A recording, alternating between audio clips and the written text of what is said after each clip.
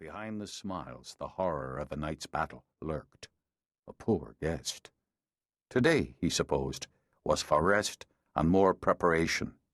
It was a struggle for him not to be impatient with the training, with the planning.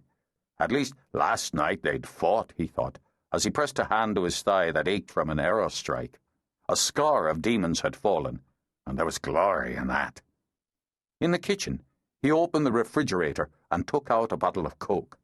He had developed a taste for it, and had come to prefer it over his morning tea.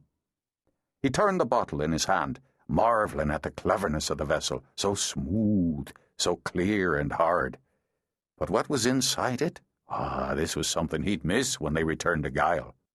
He could admit he hadn't believed his cousin, Nora, when she'd spoken of gods and demons, of a war for worlds. He'd only got with her that day, that sad day of her mother's burial, to look after her. She wasn't only blood, but friend, and would be queen of Geall.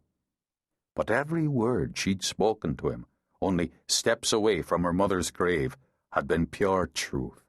They had gone to the dance, they had stood in the heart of that circle, and everything had changed.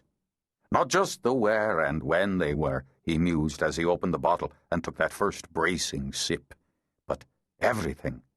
One moment they had stood under the afternoon sun in Geall. Then there had been light and wind and a roar of sound.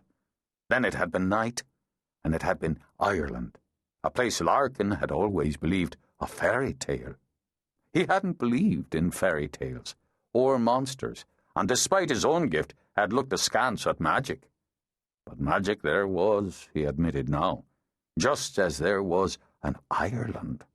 And there were monsters. Those demons had attacked them, springing out of the dark of the woods, their eyes red, their fangs sharp. The form of a man, he thought, but not a man. Vampire. They existed to feed off man, and now they banded together under their queen to destroy all. He was here to stop them, at all and any costs. He was here, at the charge of the gods, to save the worlds of man. He scratched idly at his healing thigh, and decided he could hardly be expected to save mankind on an empty stomach.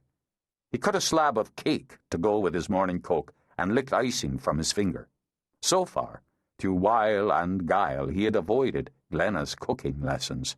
He liked to eat, that was true enough, but the actual making of food was a different matter.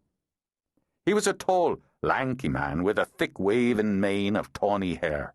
His eyes, nearly the same colour, were long like his cousin's, and nearly as keen.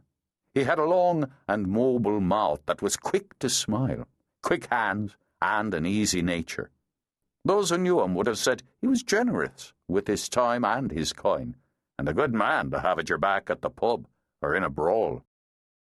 He had been blessed with strong, even features, a strong back, a willing hand, and the power to change his shape into any living thing. He took a healthy bite of cake where he stood, but there was too much quiet in the house to suit him. He needed activity, sound, motion. Since he couldn't sleep, he decided he'd take Cian's stallion out for a morning run. Cian could hardly do it himself, being a vampire. He stepped out of the back door of the big stone house. There was a chill in the air, but he had the sweater and jeans Glenna had purchased in the village. He wore his own boots and the silver cross Glenna and Hoyt had forged with magic. He saw where the earth was scorched, where it was trampled. He saw his own hoofprints left in the sodden earth when he had galloped through the battle in the form of a horse. And he saw the woman who had ridden him slashing destruction with a flaming sword. She moved through the mists, slow and graceful, in what he would have taken for a dance if he hadn't known the movements, the complete control in them, were another preparation for battle. Long arms and long legs swept through the air so smoothly they barely disturbed the mists. He could see her muscles tremble when she held a pose, endlessly held it, for her arms were bared in a snug white garment no woman of Geall would have worn outside the bedchamber. She lifted a leg behind her into the air, bent at the knee, reaching